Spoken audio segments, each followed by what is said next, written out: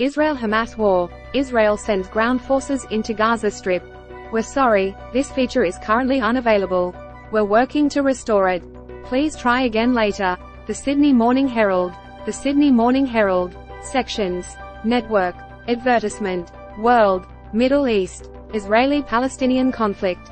As it happened, Israel-Hamas. Israel sends ground forces into Gaza Strip as war escalates.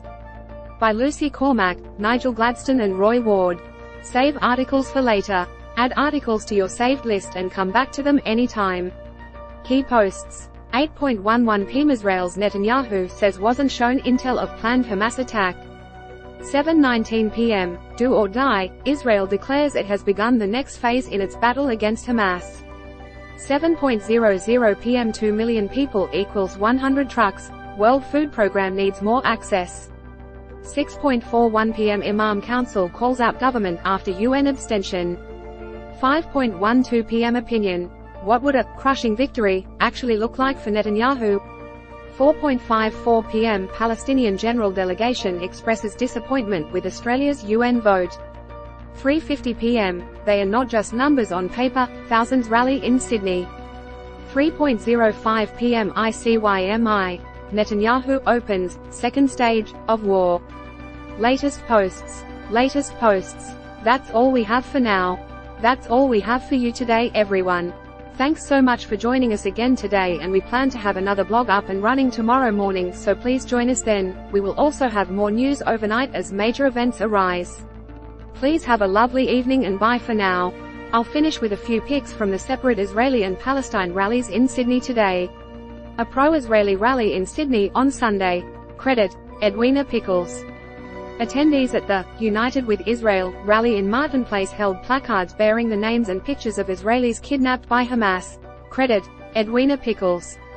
Palestine Action Group Sydney march from Hyde Park North, near the Archibald Fountain, to Belmore Park. Credit, Stephen Seward. Palestine Action Group Sydney march from Hyde Park North, near the Archibald Fountain, to Belmore Park on Sunday. Credit, Stephen Seward. Israel's Netanyahu says wasn't shown intel of planned Hamas attack. Jerusalem. Israeli Prime Minister Benjamin Netanyahu on Sunday took a jab at his intelligence chiefs, saying they never warned him Hamas was planning its wide-scale attack on October 7, and causing a political uproar and a rift within his war cabinet. Netanyahu, who has drawn public ire for not taking responsibility over the intelligence and operational failures surrounding Hamas rampage through southern Israel, later erased the remarks posted on social media platform X at 1 a.m. Sunday, about 2300 GMT on Saturday. Thousands attend a pro-Israeli rally in Sydney's Martin Place and march to Circular Quay on Sunday. Credit, Edwina Pickles. While top officials, from the heads of the military and the Shin Bet domestic spy service to his finance minister, have all acknowledged their failures, Netanyahu has not. He has only said that there would be time to ask tough questions, including of himself, after the war. Israel's military spokesperson, asked about Netanyahu's comments during a daily briefing with reporters, declined to respond, saying, "We are now at war, focused on the war." Netanyahu's post had said, "At no time and no stage was a warning given to Prime Minister Netanyahu regarding war intentions of Hamas."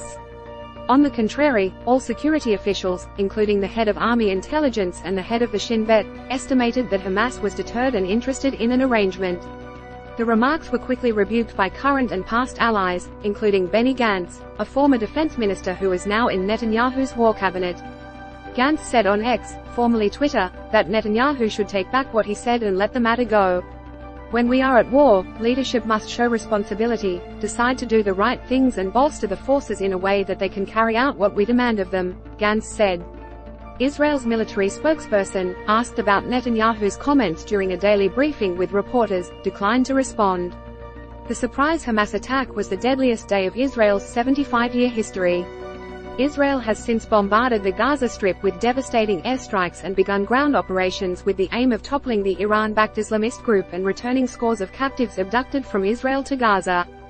I saw his Twitter, the former name for X, from overnight, which points to just one thing: he is not interested in security, he is not interested in hostages, only politics, said opposition lawmaker Avigdor Lieberman, once Netanyahu's defense minister, in a radio interview.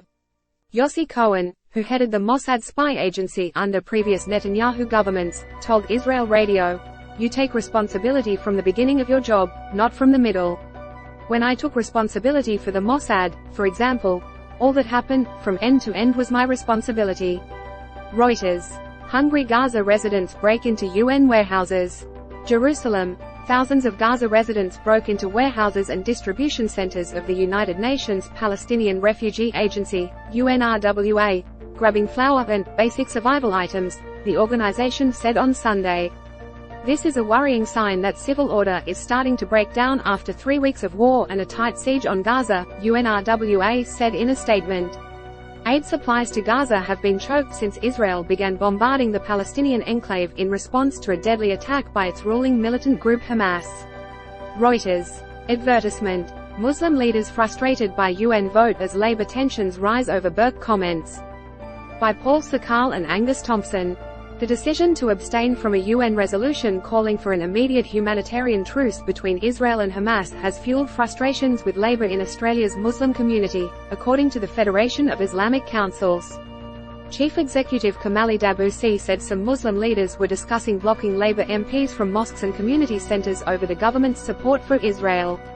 It comes as tensions rise within Labor's caucus over contradictory messaging on the Middle East conflict from senior cabinet ministers. The UN General Assembly vote on a non-binding resolution calling for a humanitarian truce in Gaza on Friday. Credit, app. I am hearing of talk about non-engagement with the government and not welcoming them in our centers, Dabusi said. There is anger in the community and there is talk of questioning the value of engagement.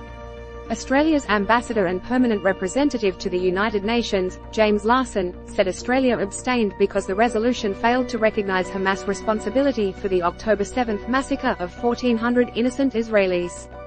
Dabusi said the Muslim community had for many years developed a close relationship with Labor, but the community felt it had been dropped like a hot potato since the outbreak of war. Click here to read the story. Do or die, Israel declares it has begun the next phase in its battle against Hamas.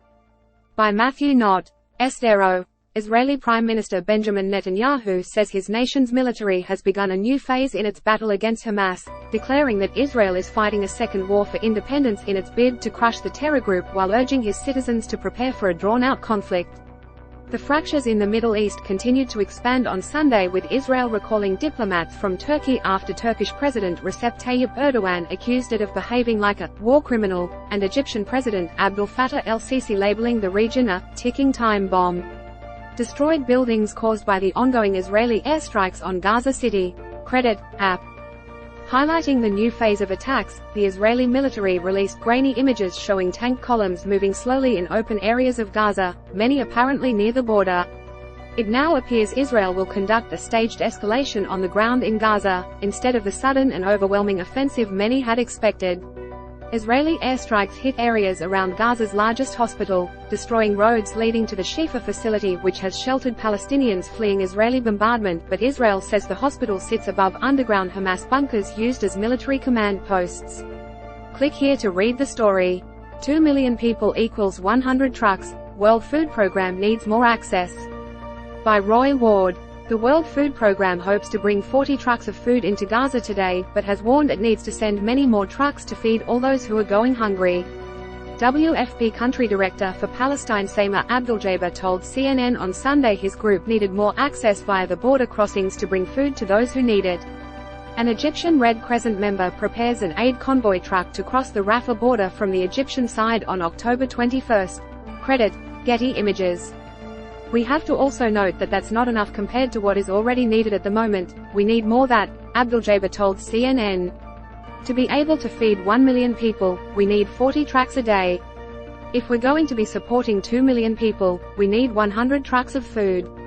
But of course you know that those trucks are going in include other commodities that are essentially on the ground like food, water and medical supplies.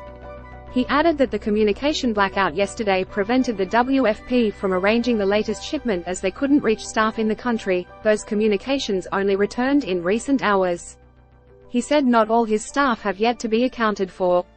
Yesterday was a major challenge for all of us because of the blackout that happened with the communication, Abduljaber told CNN. We couldn't coordinate on the ground to facilitate for the trucks to go, and luckily today it's going to be coming back. But after they just have no communication on the ground, with our staff, with our partners, even just to plan for the crossing and the shipment of the trucks was a major challenge. That is something that shows how vulnerable the whole situation is. Something as simple as communication is not provided for us to be able to operate. Advertisement. Imam Council calls out government after UN abstention. By Roy Ward. The Australian National Imams Council has called on the Australian government to meet with their community to explain why it abstained from voting in a UN general resolution calling for an immediate humanitarian truce between Israel and Hamas. The government said the resolution was incomplete, as it didn't denounce Hamas for its attack on Israel on October 7, but this has angered a number of groups. We urgently call upon the Australian government to meet with our community and account for its abstention and do its utmost to prevent the further massacre of innocent Palestinian lives and indiscriminate bombing of mosques, churches, homes, hospitals and shelters, the ANIM said in a statement on Sunday. What is occurring in Palestine impacts all of us as human beings, as people with conscience. It is beyond culture, religion, and race. We also call upon our brothers and sisters in faith, organizations with a commitment to human rights and justice, and all Australians to join with us in taking a stand against the atrocities being committed by the Israeli Defense Force against a captive civilian population. Free Palestine banner hangs briefly at A-League men's game. By Roy Ward. Updated. A Free Palestine banner was unfurled briefly at the A-League men's soccer match between Melbourne Victory and Newcastle Jets at Amy Park in Melbourne this evening. Journalist David Milner tweeted a photo of the banner which he said was only showing for a short time. He wasn't sure why it had come down. Stadium officials have been known to take down politically sensitive banners in many Australian venues and sports leagues. This masthead has asked the Victory if it knows why the banner came down. Earlier in the day, an estimated crowd of 10,000 people marched in a pro-Palestine rally. Israel strikes near Gaza's largest hospital after accusing Hamas of using it as a base. Deir al-Balah, Gaza Strip. Israeli warplanes carried out airstrikes early on Sunday near Gaza's largest hospital, which is packed with patients and tens of thousands of Palestinians seeking shelter. Israel has said Gaza's militant Hamas rulers have a command post under the hospital, without providing much evidence. The strikes came a day after Israeli Prime Minister Benjamin Netanyahu announced a second stage in Israel's war on Hamas, 3 weeks after Hamas launched a brutal incursion into Israel on October 7. Palestinians carry an injured man out of the destruction following Israeli airstrikes on Gaza City on Friday. Credit. App. Ground forces pushed into Gaza over the weekend as Israel pounded the territory from air, land and sea. The bombardment, described by Gaza residents as the most intense of the war, knocked out most communications in the territory late on Friday, largely cutting off the besieged enclave's 2.3 million people from the world. Communications were restored to many people in Gaza early on Sunday, according to local telecoms companies, internet access advocacy group netblocks.org and confirmation on the ground. Residents said the latest airstrikes destroyed most of the roads leading to Shifa Hospital in Gaza City, which is part of the northern half of the besieged territory, which Israel has told people to evacuate. Israel says most residents have fled to the south, but hundreds of thousands remain in the north, in part because Israel has also bombarded targets in so-called safe zones. Tens of thousands are sheltering in Shifa, which is also packed with patients wounded in strikes. Reaching the hospital has become increasingly difficult, Mahmoud al-Sawa, who is sheltering in the hospital, said over the phone. It seems they want to cut off the area. Another Gaza City resident, Abdullah Sayed, said the Israeli bombing over the past 2 days was the most violent and intense since the war started. The Israeli military had no immediate comment when asked about reports of strikes near Shifa. The army recently released computer-generated images showing what it said were Hamas installations in and around Shifa Hospital, as well as interrogations of captured Hamas fighters who might have been speaking under duress. Israel has made similar claims before, but has not substantiated them. Little is known about Hamas tunnels and other infrastructure, and the claims could not be independently verified. Hamas government dismissed the allegations as lies and said they were a precursor for striking this facility. On Saturday, the Israeli military released grainy images showing tank columns moving slowly in open areas of Gaza, apparently near the border, and said warplanes had bombed dozens of Hamas tunnels and underground bunkers. The escalation ratcheted up domestic pressure on Israel's government to secure the release of some 230 hostages seized in the October 7 rampage, when Hamas fighters stormed from Gaza into nearby Israeli towns and gunned down civilians and soldiers. Desperate family members met Netanyahu on Saturday and expressed support for an exchange for Palestinian prisoners held in Israel. Hamas top leader in Gaza, Yahya Sinwar, said the Palestinian militant groups are ready immediately to release all hostages if Israel releases all of the thousands of Palestinians held in Israeli prisons. Rear Admiral Daniel Hagari, an Israeli military spokesman, dismissed the offer as psychological terror. Advertisement. Opinion. What would a crushing victory actually look like for Netanyahu? By Mick Ryan. In a speech overnight, as Israel expanded its Gaza operation, Israeli Prime Minister Benjamin Netanyahu described how his job is to lead the state of Israel and the people to a crushing victory over our enemies. Victory is an important concept in our understanding of war, but at the same time can be very difficult to define. Kian O'Driscoll writes in his book Victory, The Triumph and Tragedy of Just War, it can be hard to pin down exactly what victory means in practical terms. Although we know it stands for winning, what this means in practice is anyone's guess. Israeli Prime Minister Benjamin Netanyahu has called for a crushing victory over our enemies, credit, via app. The meaning of victory depends on the objectives that underpin that success. For Netanyahu, his definition of victory is rooted in the destruction of Hamas, and the return of the hostages taken by Hamas on October 7. These are appropriate objectives given the atrocious behavior of Hamas. It is an organization that has long engaged in aggression towards Israel, and its founding documents have called for the destruction of Israel. In this regard, Hamas is no different from the Nazis, who sought to exterminate the Jewish people. No one of good character or common sense could begrudge the Israelis for wishing to destroy Hamas. Click here to read the full article. Most viewed in world. Advertisement. The Sydney Morning Herald. Twitter, Facebook, Instagram, RSS. Copyright 2023.